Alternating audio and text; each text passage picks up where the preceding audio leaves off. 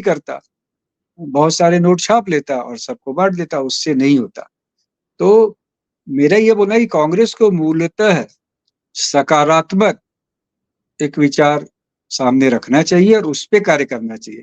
ये राहुल गांधी की समझ है या इनके सलाहकार इनको समझा देते हैं कि आप उद्योगपतियों को अपशब्द बोलो, अर्थव्यवस्था के बारे में नकारात्मक बातें करो और सरकारी नौकरी का झुंझुना सबको दिखाओ। अभी आंकड़ा है जिसमें मात्र 10% जीविका सरकारी उपक्रमों के माध्यम से या सरकार के माध्यम से मिलती है, बाकी 90% जो जीविका मिल रही है वो निजी क्षेत्र देते हैं। और सरकार के पास इतना अतिरिक्त धन है नहीं कि वो 10% जो उसको बढ़ा के 20, 30, 50% ले जाए, क्योंकि जब सरकार जीविका देती तो उसका वेतन सामान्यतः अधिक होता है और फिर उसमें एक पेंशन का दायित्व भी आने वाले समय में खड़ा हो जाता। तो कांग्रेस को, मैं राहुल की बात नहीं कर रहा, मैं तो ये कहता हूं कि राहुल कहे वो क्यों, कांग्रेस क्या कहती, कांग्रेस का एक विचार होना चाहिए ना। आप इसको माधव जी समझिएगा, जी राहुल जी ने ये कहा, प्रियंका ने ये कहा, सोनिया जी ने ये कहा, ये सब क्या होता है, कांग्रेस क्या बोलती है। नेता आज कोई है, कल कोई होगा। पूरे आर्थिक परिदृश्य पे, आर्थिक संवाद में कांग्रेस का क्या विचार है, क्या कहना चाहती, इस विषय पे कांग्रेस को सोचना चाहिए। माधव जी। जी, बिल्कुल आपने सही कहा कि एक राजनीतिक पार्टी को एक प्रजातंत्र के अंदर अपने जो उनके विपक्षी हैं, उनको दुश्मन नहीं समझना चाहिए। लेकिन ये कुछ हमारे यहाँ कुछ इस तरह की अड़चनें, कुछ इस तरह की चीज़ें, इस तरह का भाव आ गया है कि बहुत से लोग समझते हैं कि ये देश तो हमारा है, हमारी मिल्कियत थी, हम ही इस पे हमेशा राज करते, ये दूसरे लोग कहाँ से आ गए। ऐसा एक ज़माने में राजा और ठाकुर लोग जो थे, वो स्वतंत्रता के समय वो लोग ऐसा सोचा करते थे। तो वो एक अलग चर्चा है। तो हाँ, अब इस पे लौटते हैं शशांक भाई, श्री राहुल गांधी के जो निवेश उन्होंने किया है जिन शेयरों में, तो उनसे क्या आप, हम और दूसरे दर्शक और श्रोता इससे कुछ सीख ले सकते हैं? तो उनके बारे में बताइए। जैसे पिडिलाइट है, बजाज फाइनेंस है, नेस्ले है, एशियन पेंट्स है, टाइटन कंपनी, यानी कि सबके टॉप नंबर 1 की कंपनियों में जो है, और बराबर-बराबर सब में करीब 30-35 लाख रुपए का इन्वेस्टमेंट किया गया है, बराबर-बराबर। तो इसको समझाएँ शशांक भाई। नहीं, कंपनियां अच्छी हैं हुँ, और देखिए जिन कंपनियों में राहुल का निवेश है जी। वो सब कंपनियां अर्थव्यवस्था से सीधे जुड़े हुई है।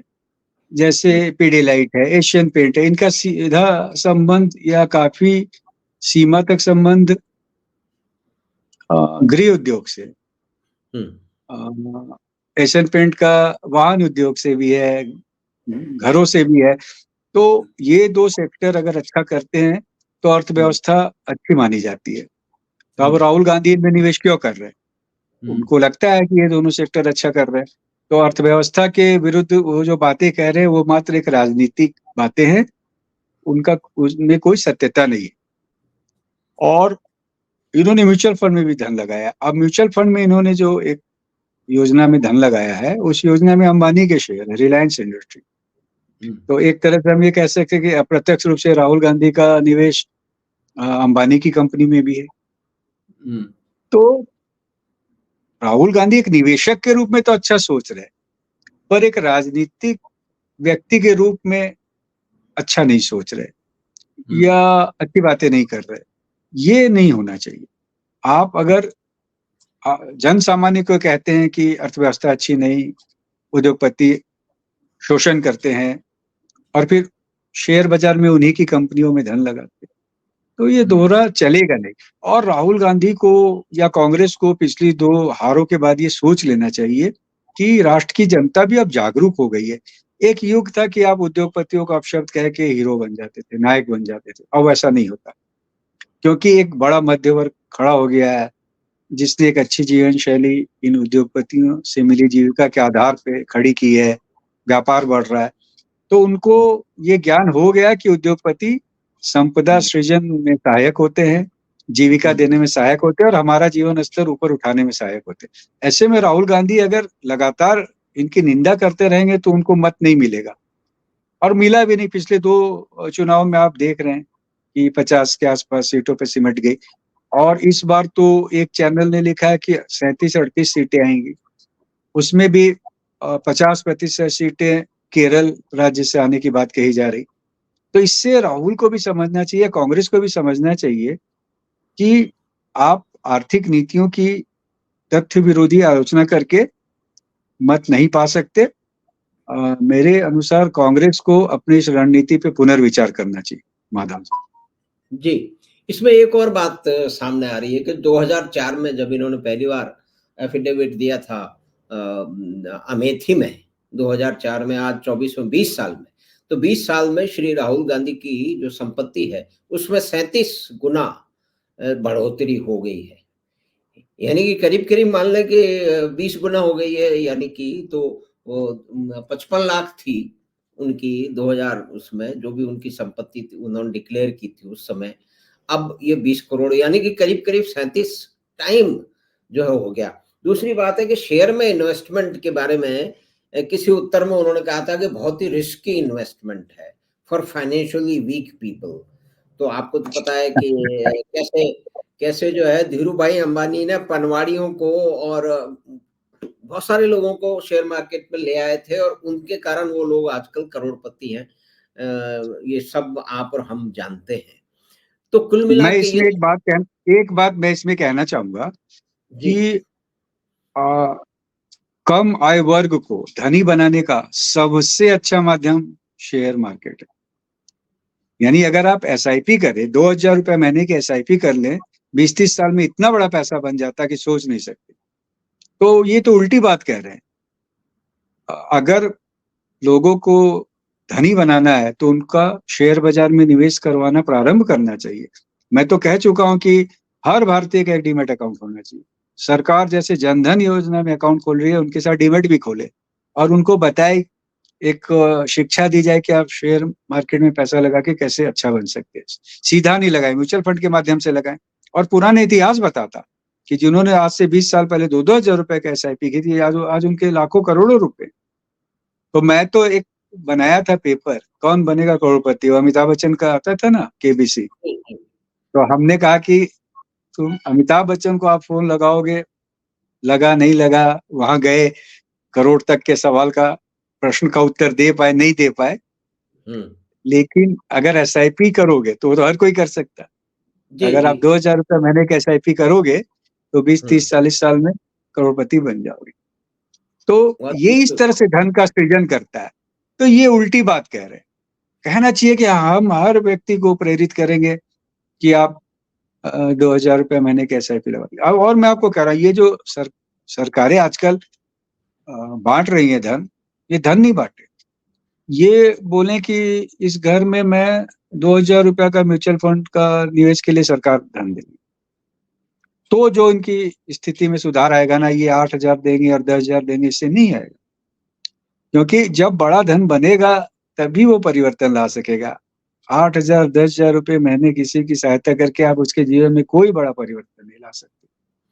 और जब तक हम बड़ा परिवर्तन नहीं लाएंगे, आर्थिक रूप से बड़ा समृद्ध नहीं करेंगे, तब तक उनका भला नहीं होगा। माधव जी। जी, तो आपने ये महत्वपूर्ण बात बताई, इस पे आगे भी हमें चर्चा करनी चाहिए।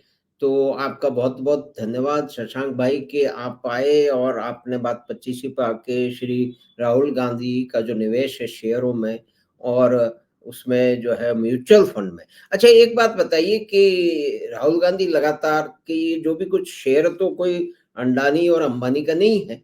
लेकिन ये म्यूचुअल फंड है, क्या इनमें से किसी में अडानी अंबानी का है? तो एक ये क्या इस तरह की खोज इस तरह की सूचना है आपके पास में? उसके बारे में ज़रा-सा आप बताइए। एक ही म्यूचुअल फंड है आईसीआईसीआई का, हुँ, जिसमें राहुल गांधी का निवेश है। उसमें अंबानी के रिलायंस इंडस्ट्री है।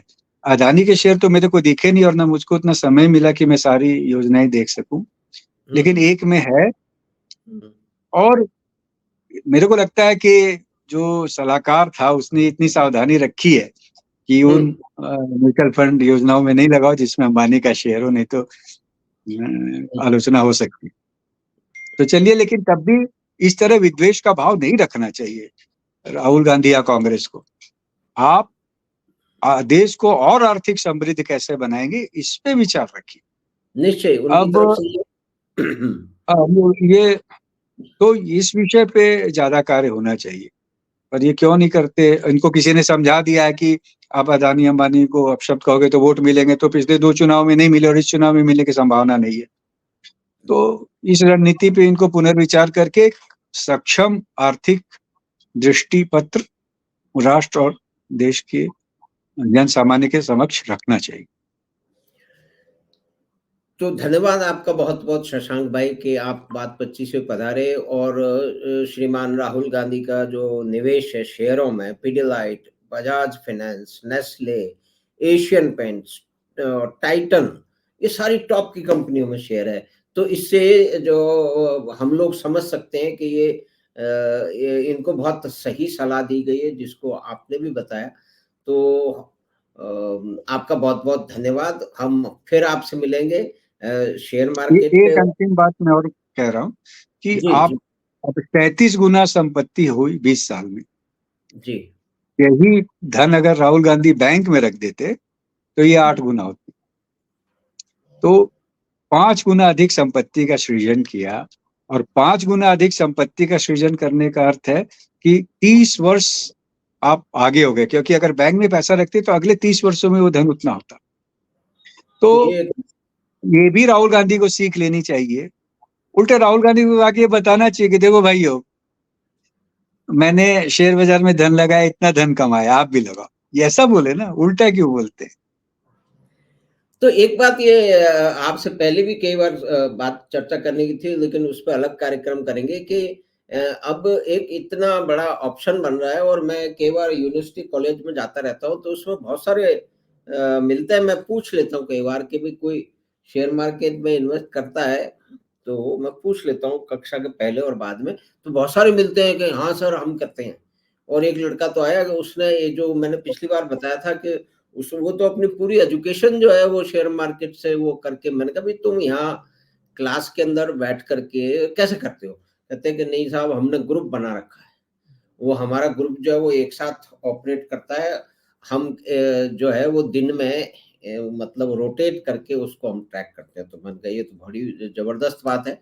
तो शायद स्कूल कॉलेज में छात्रों को भी इसके बारे में सूचना देनी चाहिए, बताने देना चाहिए, क्योंकि ये एक महत्वपूर्ण एक कार्य है और इसके अंदर अमेरिका में तो 50% 50% लोग शेयर मार्केट में निवेश किए हुए हैं। भारत में शायद वो संख्या अभी 10% से भी कम है, लेकिन हाँ, उसमें पिछले दिनों में बढ़ोतरी अवश्य हुई है। तो शायद ये ऐसी योजना है जो भविष्य में सरकारों को करनी चाहिए कि पाठ्यक्रम बदलना चाहिए। शेयर मार्केट की जो भी कुछ व्यवस्था है, उसकी एक व्यवस्थित शिक्षा स्कूल कॉलेज में उसका आरंभ करना चाहिए। तो शशांक भाई आपका बहुत-बहुत धन्यवाद। तो हम आपसे फिर मिलेंगे बात 25 की अगली बात में। नमस्कार। नमस्कार। तो हमने बातचीत की जाने-माने वित्तीय विशेषज्ञ और राजनीतिक टिप्पणीकार श्री शशांक भारद्वाज से। तो हमें आशा है कि छोटी-सी बातचीत आपको पसंद आई होगी, तो आप चैनल बात 25 को सब्सक्राइब करें और लिंक अपने मित्रों और परिवार के साथ साझा करें। हम आपसे फिर मिलेंगे बात 25 की अगली बात में। धन्यवाद, नमस्कार।